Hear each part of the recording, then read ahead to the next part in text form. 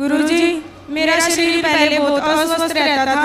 जब मैंने आपकी कथा सुननी आरंभ की तो मैं बिल्कुल स्वस्थ हो गई और मेरा मन प्रभु भक्ति में लग गया और मैं आनंदित रहने लगी।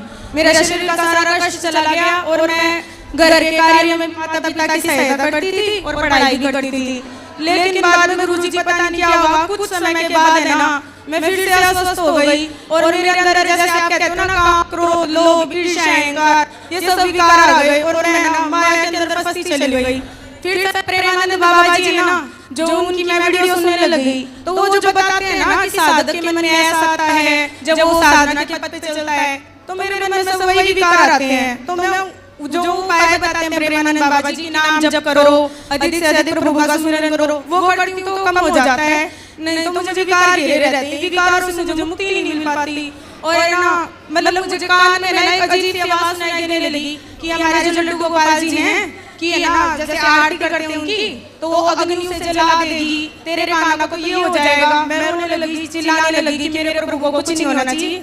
लोगों ने कहा कि भगवान है, भगवान को थोड़ी ना होता है। तो वो मेरे कान से आवाज नहीं जाती तो मैं अजीब हरकतें करने लगी। तो मेरी माता जी को ऐसा लगा कि मेरे अंदर कोई प्रेत आ गया। तो ये मुझे ना बाबा लोग बाड़ी जी हैं जो शंकर जी के भक्त हैं, जिन्होंने 5000 साल पहले पृथ्वी में समाधि ले ली थी। तो वहाँ पे ऐसा है जैसे बागेश्वर में है और मेहंदीपुर में है, तो ऐसे में तो मुझे लेके गए पर मेरे अंदर कुछ नहीं आया। बस मैं यही कहती रहती हूँ, जिन बाबा जी ले गए उन बाबा जी से भी मैं यही बोली कि बाबा जी आप मुझे ना मेरे काना से मिलवा दो, मेरे मोहन से मिलवा दो। तो जो बाबा जी की मूर्ति है वहाँ उससे आवाज आने लगी कि तुझे तेरे काना मिलेंगे और मुझे ना सपने में भगवान के दर्शन होने लगे। अब मुझे रोज भगवान के सपने में दर्शन होते हैं, लेकिन सब लोग ये समझते कि मेरे अंदर प्रेत है। तो आप अगर आप कह देंगे कि कुछ नहीं है तो सब मान जाएंगे। तो कौन बोल रहा था कि प्रेत है? मेरी माता जी बोली हैं और एक है ना हम जब धाम पे गए थे ना वहाँ कहाँ माता जी कहाँ है? मैया काहे तुम भूत प्रेत के चक्कर में पड़ी हो? हैं? समस्या कितनी विकट है कि आजकल के बच्चे ज्यादा पूजा पाठ भक्ति भाव करने लगे तो माँ बाप टेंशन में आ जाते हैं, है ना। उनको लगता है कहीं ये ज्यादा साधु ना हो जाए, साधु ना बन जाए। जबकि शराब पीने लग जाए बच्चा, गलत राह पर चलने लग जाए लड़कियां, तो माँ बाप को इतनी फिक्र नहीं होती। उनको लगता है ये तो फैशन है, ये तो चल ही रहा है। पर अच्छे बन जाए तो दिक्कत है। तो काहे दिक्कत हो रही है आपको? राधे गुरुजी, दिक्कत ये थी, ये ना पागलपन करने लगी, सारा सामान फोड़ने लगी, मेरे को मार पीट करने लगी, अपने छोटे भाई को मारती थी। मतलब ये देखो मेरे दांत वगैरह भी इसने तोड़ दिए, जूठे उठे ऐसे गोदू की तरह कतल करने लगी। इस वजह से तुम अपनी माँ को कहाँ मारती हो? मैंने माँ को नहीं मारा, बताऊं मैंने आपको बताया मेरे अंदर आवाज सुनती जैसे ये आरती करने जाती ना प्रभु की, जैसे मैया आरती करने जाती प्रभु की तो वो अग्नि तेरे काना को जला देगी। ये जो तेरी माँ है ना ये माँ नहीं है, जैसे पूतना आई थी कृष्ण को मारने के लिए। ऐसा कौन बोल रहा था? पता नहीं, अपने आप आवाज आती। मैंने मैया को बताया कि मेरे को आवाज आती है तो ये सोची मेरे अंदर प्रेत है। और फिर माँ को मार दी तुमने? मारा नहीं गुरुजी, माँ के दांत तोड़ दिए? नहीं गुरुजी मैंने नहीं मारा। आप कहते हो ना कि माता पिता की सेवा करनी चाहिए, आप जो कहते हो ना मैं खुद करने की कोशिश करती हूँ, लेकिन मेरा शरीर अस्वस्थ है। और ये मैंने पता है इसलिए किया था गुरुजी, इन्होंने संतों को गालियाँ दी थी और आपको गालियाँ दी थी। गुरुजी मेरे संतों को गालियाँ बाबा प्रेमानंद जी को इन्होंने गालियाँ दी थी, मैं कैसे बर्दाश्त कर लेती। आप सुनो गुरुजी आपने कहा था कि माता पिता है ना, माता पिता को भगवान के लिए छोड़ना पड़े तो छोड़ सकते हैं, जैसे प्रहलाद जी ने। अरे तुम माँ के दांत तोड़ दोगी? नहीं गुरुजी मैंने नहीं तोड़ाई, खुद मेरे को मारती है। नाम जब करती हूँ ना तो झाड़ू लेकर के मारती है, चुप हो जा तू, ऐसे बोलती है। कोई बात नहीं, भगवान की राह। अच्छा बेटा, भगवान की भक्ति करना बुरा नहीं है, लेकिन भक्ति में ऐसे नहीं हो जाना कि हम अपना काम छोड़ दें, अपनी जिम्मेदारियां भूल जाएं। बेटा काम भी तो करना, पढ़ाई लिखाई आपकी हो गई पूरी? प्लस 2 की है गुरुजी, अभी संस्कृत का कोर्स करेंगे। आपने कहा था ऑनलाइन क्लास लगेगी, आप वो तो ठीक है बेटा, पर आपके यहाँ की कोई पढ़ाई क्या क्या कॉलेज वगैरह हो गया आपका? कॉलेज में संस्कृत शास्त्री का कोर्स करेंगे गुरुजी। करेंगे, पर अभी कर कुछ नहीं रही हो। नहीं अभी कुछ नहीं कर रहे। कहाँ तक पढ़ी हो? +2 किया अभी गुरुजी, अभी कॉलेज में एडमिशन लेना। तो ले लो ना बेटा, अपनी पढ़ाई पूरी करते चलो, साथ साथ भक्ति करते चलो, अपना काम भी तो कुछ करना है। गुरुजी आप बस है ना एक वचन ले लो, मैं इनको कुछ नहीं बोलूंगी कि ये संतों का कभी अपमान ना करें। नहीं, संतों का अपमान क्यों करती हो आप? चलो बात करो, क्या बुराई है संतों में? गुरुजी मैं आपको बता नहीं सकती, ये इतनी परेशान करती है, इतनी परेशान। कोई बात नहीं, वो परेशान करती है माना की। गुरुजी अपना एक भी काम नहीं करती, पानी पी के गिलास का बर्तन भी नहीं उठाती है, ऊपर से इसके पापा डलिंग करते हैं, मेरे को वे भी परेशान करते हैं। इनकी सारी जिम्मेदारी मेरे ऊपर है, घर की जिम्मेदारी मेरे ऊपर है, पढ़ाई को ना ये पढ़ती ना कहना मानती, सारा दिन गाली गलौज करती है, दौड़ती आपस में लड़ती है ना वैसे लड़ती है। इसका छोटा भाई स्कूल से आता है, स्कूल की बात नहीं बताने देगी, मेरे को सोना है तो चुप हो जाओ, मेरे को टीवी देखना है तो चुप हो जाओ, मेरे को संत की बात से चुप हो जाओ, हमें नहीं बोलने देती है।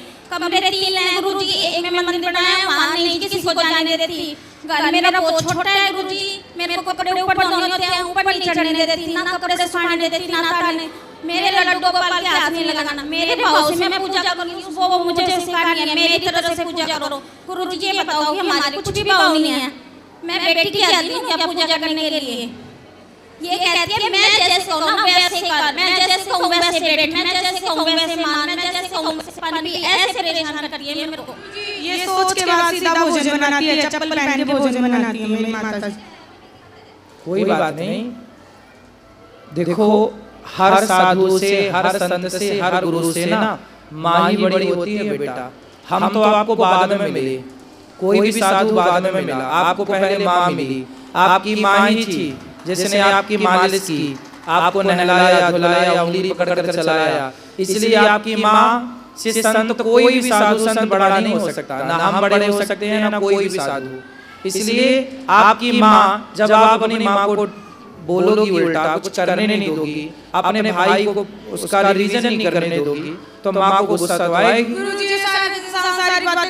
कोई बात नहीं बेटा, संसार में रहना है तो कुछ सांसारिक बातें तो करनी ही पड़ती है ना बेटा। तो हम है ना 3 घंटे भगवान की चर्चा, हम 3 घंटे सुनाते हैं। हाँ बस ठीक है, सुनो, बाकी अपनी माँ से माँ की तरह बात करो, बेटी की तरह। गुरुजी मैं ऐसा क्या गुरुजी से अगले जन्म में मुझे ऐसे माता पिता मिले जो मेरी भक्ति में विरोध उत्पन्न ना करे। अरे इस जन्म में ही अपना कल्याण कर लेना, जन्म जन्म का चक्कर ही खत्म, मोक्ष हो जाए ना, काहे बार-बार आना जाना। ठीक है गुरुजी। गुरुजी आगे दीक्षा लेनी है। लेकिन सुनो, आगे से आप अपनी माँ को पलट के जवाब नहीं देंगी, और घर का काम भी, अपनी माँ के काम में हाथ नहीं बटाती हो आप। गुरुजी जन्म से पहले मैं अस्वस्थ रहती थी, स्वस्थ होने के बाद करने लगी, जब पुनः अस्वस्थ हुई तो अब मैं नहीं करती। अब मैं केवल ठाकुर जी की सेवा करती हूँ। क्या बीमारी है आपको? गुरुजी ना हमारी हड्डी में दर्द रहता है कमर में, और डॉक्टर से चेकअप करवाया, रिपोर्ट में कुछ नहीं आता। तो आप योग किया करो बेटा, कल को शादी होगी तो वहाँ ससुराल जाके भी यही सब करो। गुरुजी शादी से जुड़ा एक प्रश्न है, मैं ना मोहन जी को जो कृष्णा जी हैं उनको प्रियतम मानती हूँ, तो मैं आजीवन विवाह नहीं करना चाहती। क्यों? खुश रहो, विवाह क्यों नहीं करना चाहती हो? क्योंकि हम मोहन को बोलते हैं प्रियतम भाव से, इसलिए। अरे भगवान मोहन को भजो प्रीतम भाव से, पर माँ के तो दांत वात ना तोड़ो। गुरुजी वो भूत प्रेत बताते हैं, मेरे को बहुत क्रोध आता है। अब नहीं बताएंगे, पर आपको काम भी तो करना चाहिए ना घर का। वहाँ पे सजाना है ना जो बाबा जी के यहाँ, घर में कुछ काम नहीं करना चाहिए आपको? करना चाहिए गुरुजी। क्यों नहीं करती हो? शरीर अस्वस्थता के कारण गुरुजी नियम नहीं पाती मैं। थोड़ा बहुत तो कर सकते हो। वो तो हम करते हैं, इनसे पूछो। क्या कर रही है? सिर्फ लड्डू गोपाल की सेवा करती है, उनसे जुड़ा हुआ कोई भी और काम होता है वो मम्मी करेगी, मैं कुछ नहीं करूँगी, वो इसकी मजबूरी होती है सर। गुरुजी जो उसकी मजबूरी होती है, जब मुझे नहीं करना होता, जब भी करती है तो बहुत तांडव मचाती है, घर में बहुत परेशान करती है। और गुरुजी इसको ये बोलो कि मंदिर तो सबके लिए, भगवान सबके लिए, सारे पूजा करें। तो आप अपनी माँ को मंदिर में जाने देती हो? इनका जो मंदिर है वो नीचे उन्होंने बना रखा है। अब बाबा प्रेमानंद जी ने बोला था कि आपका एक ऐसा साधना कक्ष होना चाहिए जिसमें कोई सांसारिक व्यक्ति प्रवेश न करे, तो आप उसके अंदर जाओगे तो आपको कभी जैसे कि ये काम क्रोध आते हैं ना, नाम जब के बीच में आपको ही नहीं आएंगे, तो मैं उस कक्ष में किसी को नहीं जाने देती, ताकि उसमें जाने से मेरा मन शांत हो। उसमें मैं नाम जप पढ़ती हूँ। सारी बेटियां ऐसी हो जाएंगी तब तो हो गया बंटाढार।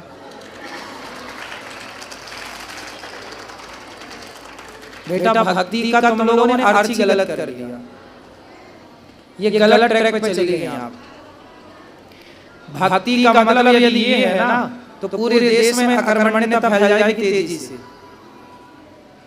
यदि भक्ति की ये परिभाषा आप लोग गुरुजी मैं सारा काम करूंगी, तो सारा बंटाढार हो जाएगा देश का। गुरुजी आपने कहा ना पढ़ाई भी करूंगी, घर का काम भी करूंगी, लेकिन संतों का अपमान नहीं सुन पाऊंगी। संतों का अपमान कोई नहीं करेगा। आपकी माँ को आप परेशान करती हो तो बोले